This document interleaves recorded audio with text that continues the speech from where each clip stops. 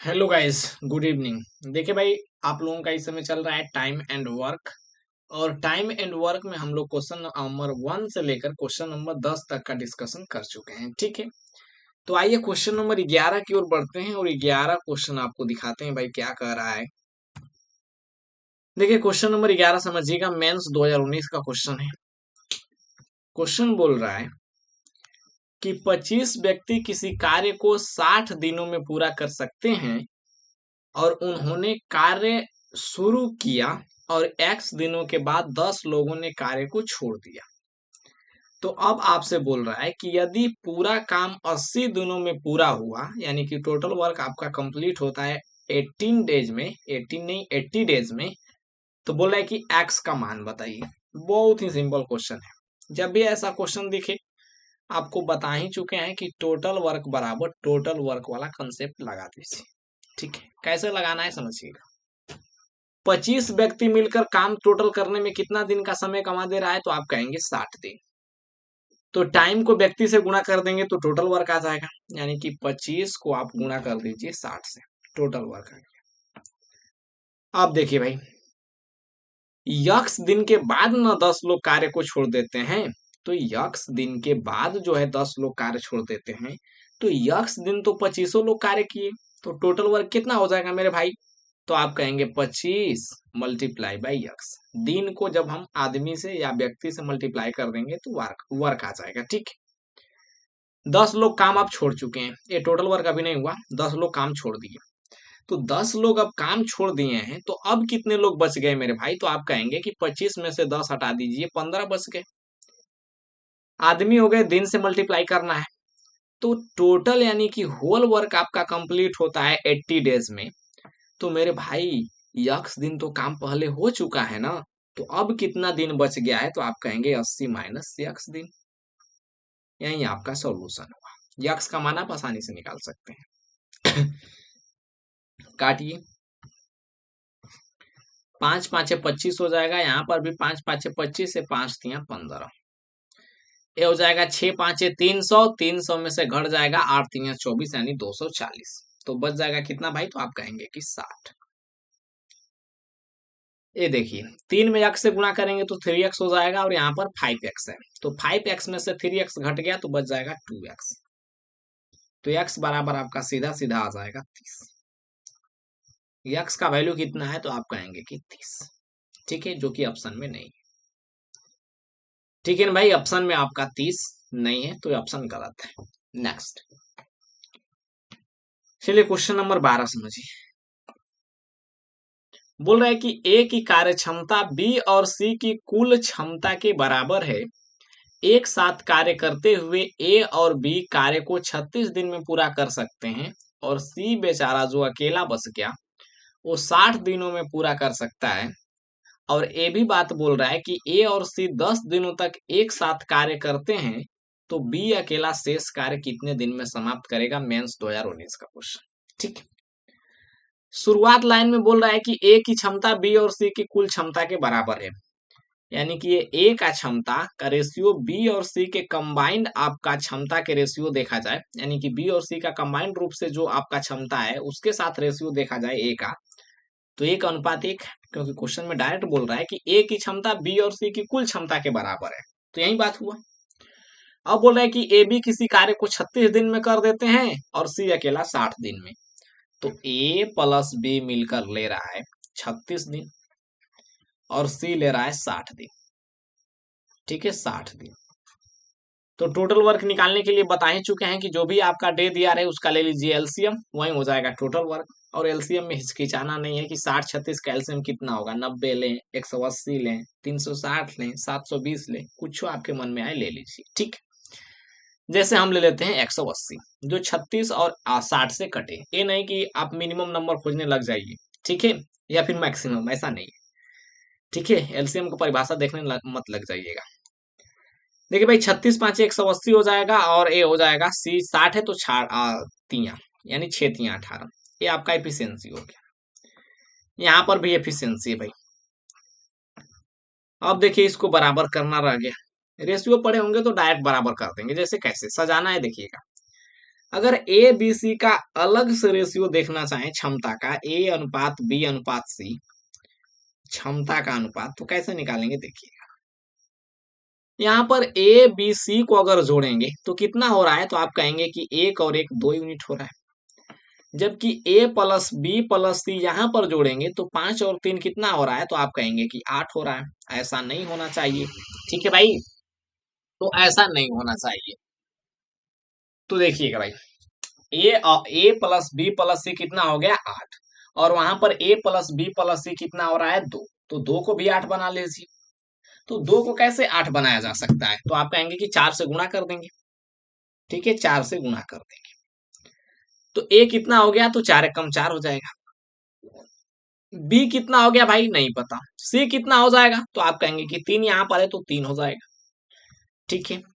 लेकिन एक बात तो आपको पता है कि a प्लस बी प्लस सी आपका 8 है मेरे भाई, तो 4 और 3 7 हो गया, तो b कितना बच जाएगा, तो आप कहेंगे कि 1, ठीक है, b 1 बच जाएगा।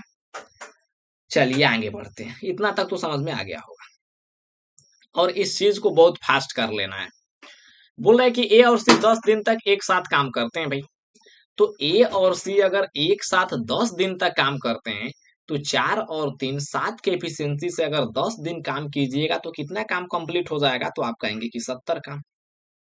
तो 70 काम कंप्लीट हो गया, तो अब बोल रहा है कि बी अकेले शेष कार्य को कितने दिन में समाप्त करेगा, तो भाई टोटल काम 180 था, उसमें से 70 काम हो गया है, बस बस गया काम आपका रेस्ट वर्क है 110, और 110 वर्क को कराना है बी से, और बी का एफिशिएंसी 1 है, तो टोटल वर्क बटे एफिशिएंसी आपका डे आ जाएगा, तो 1 से डिवाइड कर देंगे तो बी का डे आ जाएगा। यानी बी कितना दिन ले रहा है मेरे भाई, तो आप कहेंगे कि 110 दिन, ठीक है।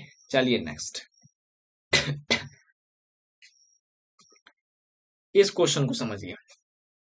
बोला कि ए किसी कार्य का 1/3 भाग 15 दिन में पूरा कर सकता है, ठीक है, और बी जो है इसी कार्य का 75% भाग 18 दिन में, और सी यही कार्य को 36 दिन में कर सकता है, और बी और सी 8 दिनों तक साथ में काम करते हैं, तो ए अकेला शेष कार्य को कितना दिन में पूरा करेगा। एकदम सिंपल क्वेश्चन है, ये टीयर 2 का है, 2019 मेंस का। देखिए भाई, ए 1/3 काम करेगा तो 15 दिन लेगा, यानी 1/3, देखो भाई 1/3, अगर टोटल काम को हम 3 यूनिट मानते हैं, टोटल काम अगर ये 3 यूनिट है, तो 3 यूनिट में से अगर 1 यूनिट काम कर रहा है तो 15 दिन ले रहा है, तो भाई 3 यूनिट काम करेगा तो कितना दिन लेगा, तो आप कहेंगे कि 15 या 45 दिन लेगा, तो ए ले लिया 45 दिन। चलिए बी की बारी है। बी के बारे में बोल रहा है कि 75% 18 दिन में, 75% का फ्रैक्शन वैल्यू कितना होता है, तो आप कहेंगे कि 3/4, क्या 3/4। तो अगर टोटल काम को हम 4 यूनिट मानते हैं, तो उसमें से 3 यूनिट काम करने में 18 दिन का समय जा रहा है भाई, तो 3 यूनिट के लिए अगर 18 दिन का समय लग रहा है, यानी कि 6 गुना, तो 4 यूनिट के लिए कितना समय लग जाएगा, तो आप कहेंगे कि 24, ठीक, 24 दिन। तो बी आपका होल वर्क कंप्लीट करेगा 24 दिन में, और सी के लिए बोल रहा है कि 36 दिन, ठीक है। अब कुछ नहीं करना है, टोटल वर्क आपको निकालना है, तो टोटल वर्क के लिए 45 24 और 36 का ले लीजिए एलसीएम। 180 से काम नहीं बनेगा क्योंकि 24 से नहीं कट रहा है, तो डायरेक्ट हम 360 ले लेते हैं, आपका मर्जी, आप 720 ले लीजिएगा। और एलसीएम जिसको फास्ट नहीं निकालने आ रहा है, कमेंट बॉक्स में कमेंट कर देना, हम बता देंगे, एलसीएम पढ़ाए भी हैं, ठीक है। तो 45 8 360, 24 से हो जाएगा 240, यानी कि 240 10 बार में, और 5 15 बार में हो जाएगा, ठीक है, और 36 दहा में। चलिए क्षमता भी आ गया भाई, ए और बी, ए बी और सी का क्षमता आ गया। क्वेश्चन में बोला है कि बी सी 8 दिन तक साथ में काम करते हैं, तो बी और सी अगर 8 दिन तक साथ में काम करेंगे, तो 15 10 25 के एफिशिएंसी से 8 दिन तक काम करेंगे, तो 25 वाट है 200 काम तो हो गया। तो 200 जब काम हो गया मेरे भाई, तो रेस्ट वर्क कितना बचा, तो आप कहेंगे कि 160, ये रेस्ट वर्क है। और इसी काम को बोल रहा है कि ए अकेला कितना दिन में पूरा करेगा शेष काम, तो ए का एफिशिएंसी कितना है 8, तो 8 के एफिशिएंसी से 160 काम कराना है, तो टोटल वर्क बाई एफिशिएंसी बराबर डे आ जाएगा, यानी 160/8 आपका 20 दिन हो जाएगा, ठीक है, 20 दिन। नेक्स्ट चलिए क्वेश्चन नंबर 14 समझिए। बोल रहा है कि मोहित जो है रोहित से 5 गुना अधिक कार्यकुशल है, यानी कि मोहित का क्षमता रोहित के क्षमता से 5 गुना अधिक है। अधिक नहीं बोलना चाहिए यहाँ पर, 5 गुना कार्यकुशल है। ठीक है, अधिक कह देगा तो दूसरा बात बन जाएगा भाई। ठीक है, ये अंग्रेजी से हिंदी में ट्रांसलेट किया गया है तो इसलिए वर्ड में थोड़ा सा मिसिंग है। बोले कि अगर मोहित किसी कार्य को पूरा करने में रोहित की तुलना में 28 दिन कम समय लेता है तो रोहित अकेले इस कार्य को कितना दिन में पूरा करेगा। देखो भाई, यहाँ पर मोहित है और उसके बाद रोहित है, उनकी क्षमता का अनुपात दे दिया है। कितना दिया है? तो मोहित रोहित से 5 गुना कार्यकुशल है, तो रोहित का एफिशिएंसी अगर 1 है तो मोहित का क्या हो जाएगा? 5। तो भाई क्षमता का आपका इनवर्सली प्रोपोर्शनल क्या होता है? तो आप कहेंगे कि टाइम। ठीक है, टाइम यानी कि दिन की बात करेंगे तो दिन का रेशियो हो जाएगा 1:5 रिवर्स। और क्वेश्चन में बोल रहा है कि किसी कार्य को पूरा करने में रोहित की तुलना में 28 दिन कम समय लेता है। भाई कौन? मोहित। ठीक है, यहाँ पर 4 यूनिट कम समय ले रहा है और क्वेश्चन में बोल रहा है 28 दिन, तो 1 यूनिट का वैल्यू 7 हो जाएगा। तो यहाँ पर 1 यूनिट का वैल्यू 7 हो गया और 5 यूनिट का वैल्यू कितना हो जाएगा? तो 5 7 35। मोहित काम कंप्लीट करेगा 7 दिन में और रोहित काम कंप्लीट करेगा 35 दिन में। तो 7 दिन में मोहित कंप्लीट कर रहा है और रोहित कर रहा है 35 दिन में। तो 7 और 35 का एलसीएम कितना हो जाएगा मेरे भाई? तो आप कहेंगे कि 35। और यही आपका टोटल वर्क है। ठीक है, टोटल वर्क। तो अब बोल रहा है कि रोहित अकेला इस कार्य को कितने दिन में पूरा करेंगे? तो रोहित का एफिशिएंसी 1 है और 1 के एफिशिएंसी से 35 यूनिट काम को करवाइएगा तो भाई 35 दिन लगेगा यार। ठीक है, टोटल वर्क बटे एफिशिएंसी आपका डे होता है। बार बार ख्याल पर आ रहे हैं आपको। ठीक है, नेक्स्ट 15 बोल रहे कि एक ठेकेदार 60 दिनों में एक सड़क को पूरा करने का ठेका लेता है और 70 मजदूरों को इस काम में भिड़ा देता है भाई, और 25 दिन के बाद सिर्फ और सिर्फ 1/4 काम पूरा हुआ है।